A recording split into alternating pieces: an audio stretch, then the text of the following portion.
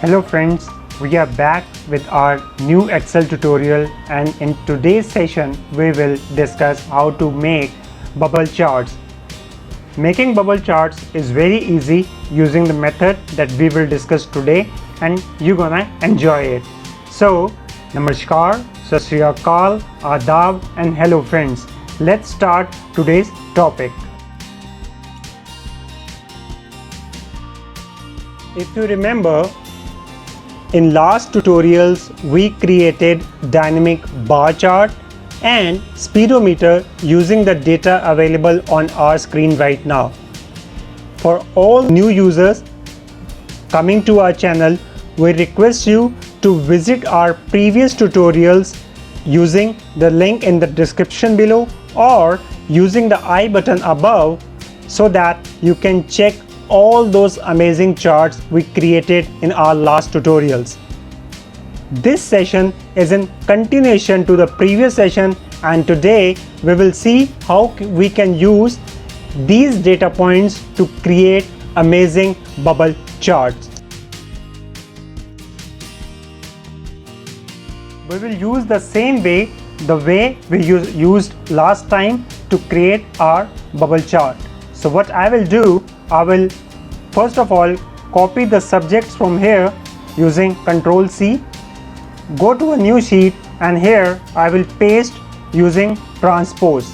So what I will do, I will use Ctrl V using the special method, paste special. I will paste values and transpose. I'll click on OK. So I have all the subjects available here. Other than that, as you know, we are checking details for the students here, so I will write student name here the way it's mentioned here, A, B, C, D.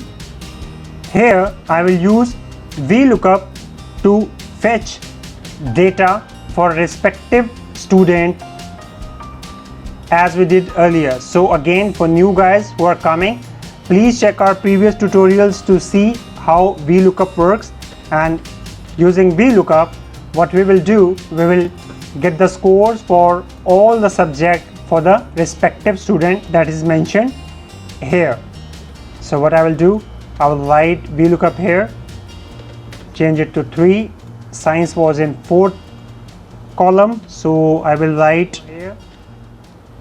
Social studies was in 5th column, so I will write 5 here, and Hindi was in 6th column, so I will write 6 here.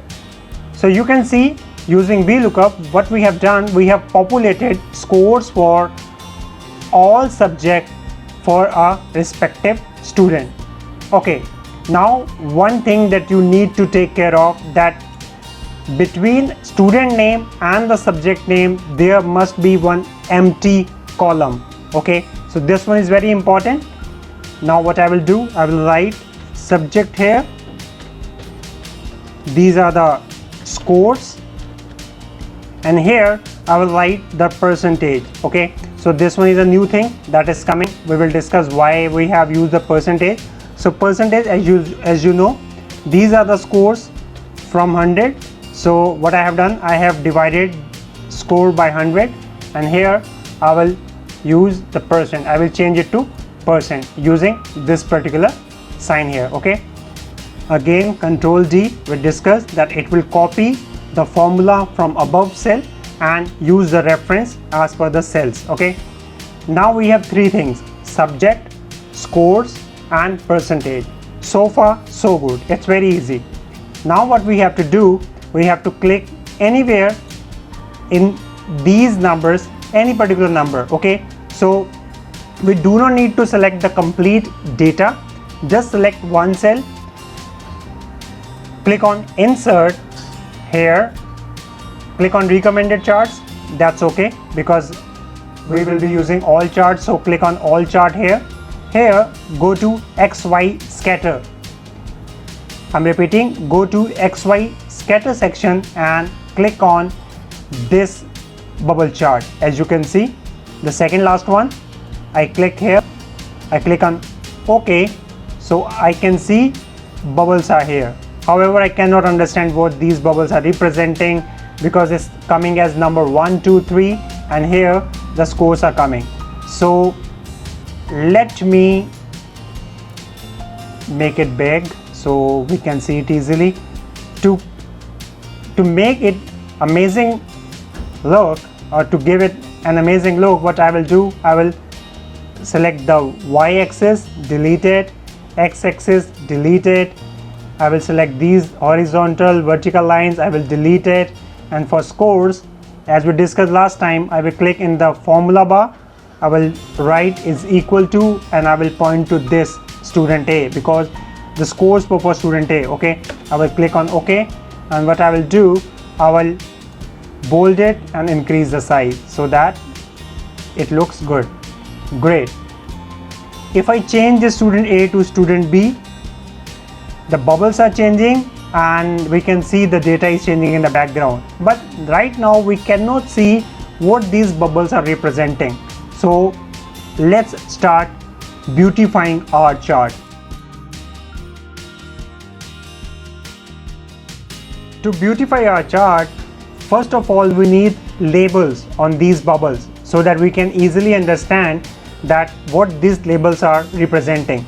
So what I will do, I will click on bubble here, right click on it, and I'll go to add data labels. Once I click it, you can see the numbers are coming. So I will click on these numbers, go to size section, I'll increase the size, say 14, and I'll also make them bold. Still the story looks incomplete because here I cannot understand which subject these numbers are representing, right? So to overcome or to avoid this issue, what I'll do, I'll click again on the bubble, right click, format data labels. Okay, here I go.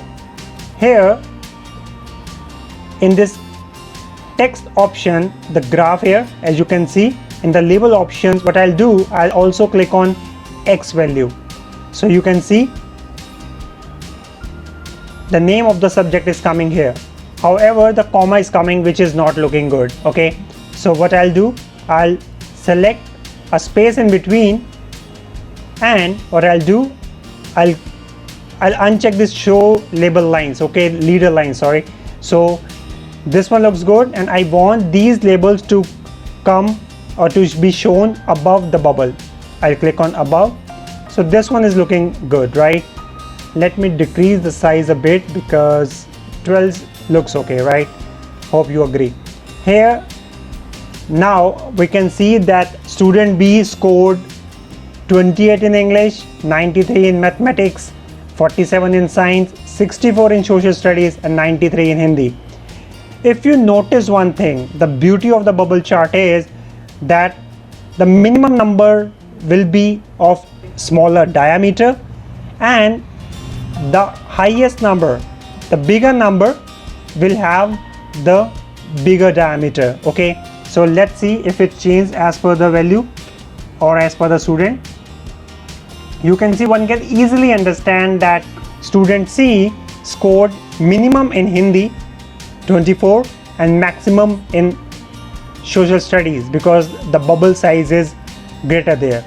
So what exactly is happening? Bubble chart always works in X, Y, and Z axis. Let me explain. This one is the X axis, wherein if you start creating the bubble chart, you saw that 1, 2, 3, 4 was written here, right? The Y axis is score, this one, and this percentage, as I stated earlier that I will be discussing that why percentage is required. So Z size describes the size of the bubble. Okay, so hope now you got the clear picture that X axis shows the subject name, because in bubble chart it takes as 1, 2, 3, 4, that's why I deleted it. Scores would be represented in Y axis here, which I also deleted because we are showing the labels and giving a clear picture or a clear view to our bubble chart, so I didn't like it, so I deleted Y axis also.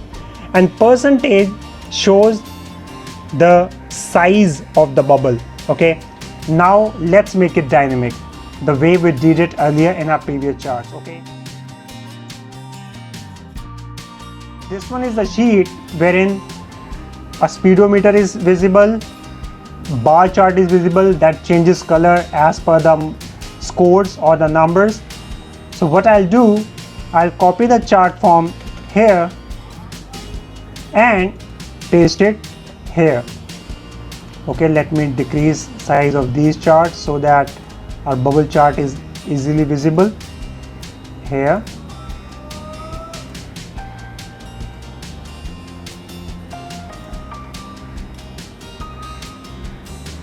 And what I'll do, I will write is equal to here and will refer to this particular cell because I have list here.